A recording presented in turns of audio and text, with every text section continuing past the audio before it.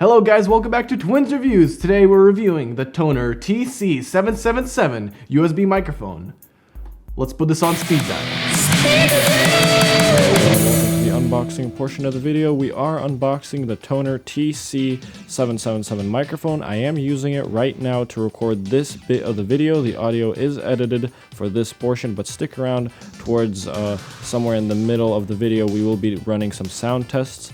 Now, the packaging is great. It's a nice little box with some cool designs on there and a nice cute pop filter to go with it. Never seen a smaller pop filter before, so that was pretty interesting to find that. Now there's the sock that comes in. You just put it on top if you want some extra soundproofing, and the filter just screws in onto that extender, and it just does a very nice job at filtering, I guess, what a pop filter should do. There you go, we're screwing it in. Overall, some nice packaging from Tonor, and we will discuss all the features coming up in the vlog portion of the video. Alright, so after the unboxing, here it is, the microphone. We're not using it at the moment. You did hear us use it in the intro and the unboxing portion of the video. We're going to talk about all of the features and what it's good for. We're going to jump into the sound room to test the microphone, and then we'll give our overall opinions. So first of all, I want to say that I really do like the design of the microphone. It's got this kind of square build to it. It's very nice, pretty simplistic, but it gets the job done. I do enjoy the small pop filter. It fits in over the microphone quite nicely, and the microphone itself is pretty small, so it doesn't take up too much space on your desk. So the stand is actually made out of just plastic with some rubber bands for the shock mount. It actually detaches into two pieces. One is this stand, which you can just use like so, like kind of like a tripod, and one, when you take that off, you can actually attach that to a boom stand or something like that if you have the right adapter. We will link it down below. It's just a simple adapter that you screw in, and it'll fit for all of the boom poles, or most of them at least. Then we also got to mention that the wire, the USB, is actually attached to the microphone from the bottom. It's not detachable. Yeah. And you also got the USB. It's a pretty long cord. We love to see it. So the stand is pretty versatile. It bends this way, this way. You can flip the microphone and have the pop filter go from the other side if you'd like to conserve some space. This microphone does not have a mute button or any gain knob or any settings, really. It's just a plain microphone that just goes into a shock mount, so there's that to know. The price of the microphone ranges from like $35 to $45, so pretty cheap if I do say so myself. This microphone is also compatible with PS4 as well as PC and Mac.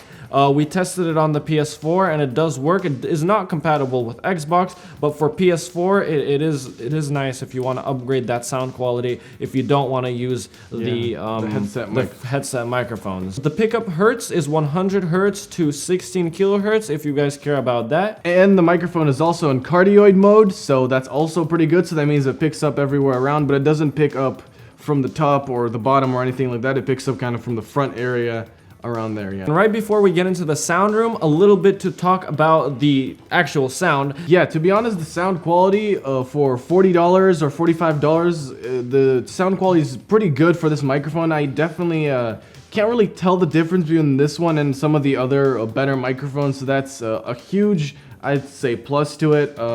It's pretty good. The sound quality is very nice. Even unedited sound qualities, like raw sound quality, is pretty good, but if you like edit it and like boost, EQ it and stuff, it's gonna be even better, obviously. I really do like how this microphone handled the pop sounds, the sh and the sounds, which usually get pretty annoying on like lower end microphones, but this one actually really impressed me with how well it handled those sounds, and especially if you boost that bass, this is a very, very good sounding microphone. And due to its cardioid mode, the typing on my keyboard was actually really not pick-upable, I guess. You can still kind of hear it, but just that's gonna be with all microphones. You're gonna be able to hear the clicks, especially with mechanical keyboards and stuff. But this one, it's I guess less so than normal. Now let's go ahead and hit the sound room, and then we'll give our evaluations. Hello, testing, 1, 2, 3. Testing, 1, 2, 3. This is the raw audio coming straight from the microphone that is not edited. Hello, testing, 1, 2, 3. Testing, 1, 2, 3. This is not the raw audio. This audio is edited within Premiere Pro. Hello, testing, 1, 2, 3. Testing, 1, 2, 3. I am pressing some keys loudly at the moment. They're not a mechanical keyboard, but it's cherry switches, and right now the microphone is positioned in front of my keyboard, so the keyboard is behind the cardioid pattern, but I am pressing them pretty loudly, which I don't usually do. Right now, the microphone is positioned to my left, which is not in front of my screen, and it's kind of to the left of my keyboard. I am pressing some keys, and I'm not actually looking directly at the microphone. I am looking at my screen, so this is usually how I would be doing work or playing games. Alright, so for the evaluations part of the video, we want to start off with the pros. Go ahead and mention some of the pros. Alright, the pros about this microphone: it is very cheap, nice $35 to $45 range, link in the description. The sound quality, I mean, it's good. It is good for this money.